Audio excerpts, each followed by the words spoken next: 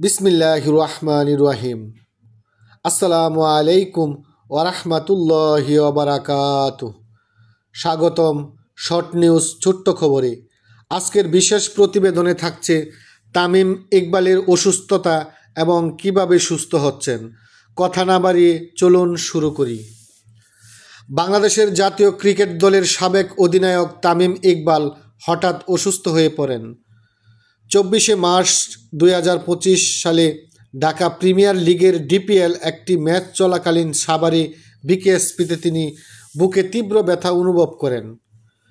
খেলার মাঠেই তার শারীরিক অবস্থার অবনতি ঘটলে দ্রুত চিকিৎসার জন্য হাসপাতালে নেওয়া সিদ্ধান্ত হয়। কী রোগ ধরা পড়েছে তার? হাসপাতালে নেওয়ার পর চিকিৎসকরা বিভিন্ন পরীক্ষা নিরীক্ষা করেন।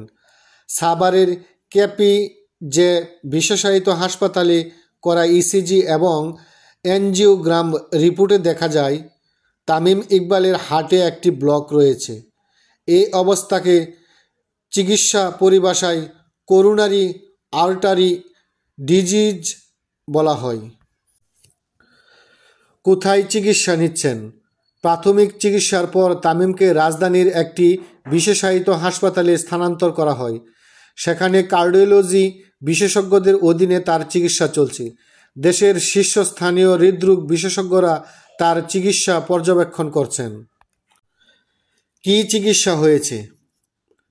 চিকিৎসকরা এনজিওপ্লাস্টি পদ্ধতির মাধ্যমে তামিমের হার্টে স্ট্যান্ট বা রিং বসিয়েছেন। এটি হার্টের ব্লক সরিয়ে রক্ত সঞ্চালন স্বাভাবিক করতে সহায়তা করে। বর্তমানে তিনি হাসপাতালের সিসিইউতে নিবিড় পর্যবেক্ষণে রয়েছেন। চিকিৎসকরা কি বলছেন? চিকিৎসকরা জানিয়েছেন তামিমের এ অবস্থা এখন স্থিতিশীল। তিনি স্বাভাবিক খাবার গ্রহণ করতে পারছেন এবং পরিবারের সদস্যদের সঙ্গে কথা বলছেন। তবে চিকিৎসকরা তাকে আগামী 3 মাস সম্পূর্ণ বিশ্রামে থাকার পরামর্শ দিয়েছেন। এ সময়ে নিয়মিত ফলো আপের মাধ্যমে তার শারীরিক অবস্থা মূল্যায়ন করা হবে। সে কি আবার খেলতে পারবে? তামিমের মাঠে ফেরা এখনও অনিশ্চিত। চিকিৎসকরা বলেছেন 3 মাস পর তার স্বাস্থ্যের উন্নতি বিবেচনা করে পুনরায় খেলায় ফেরার বিশেষ সিদ্ধান্ত নেওয়া হবে। তবে সম্পূর্ণ সুস্থ না হওয়া পর্যন্ত তাকে কঠোর পরিশ্রম বা ভারী শারীরিক কার্যক্রম থেকে বিরত থাকতে হবে। তামিমের অনুরাগীরা তার দ্রুত সুস্থতা কামনা করছেন এবং আবারও তাকে মাঠে দেখতে চাচ্ছেন।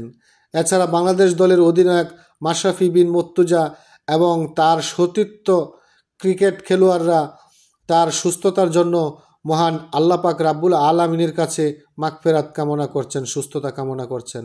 এছাড়া তামিম ইকবালকে দেখার জন্য হসপিটালে তার অনেক সতীর্থরা উপস্থিত হয়েছেন এবং তার সাথে সাক্ষাৎ করেছেন। সকলেই ভালো থাকুন, সুস্থ থাকুন। এরকম ছোট্ট খবর পেতে আমাদের চ্যানেলটি সাবস্ক্রাইব করে আপনাদের পাশে থাকার সুযোগ করে দিন। আসসালামু আলাইকুম ওরহমতুল্লাহি ওবারাকাতুহু।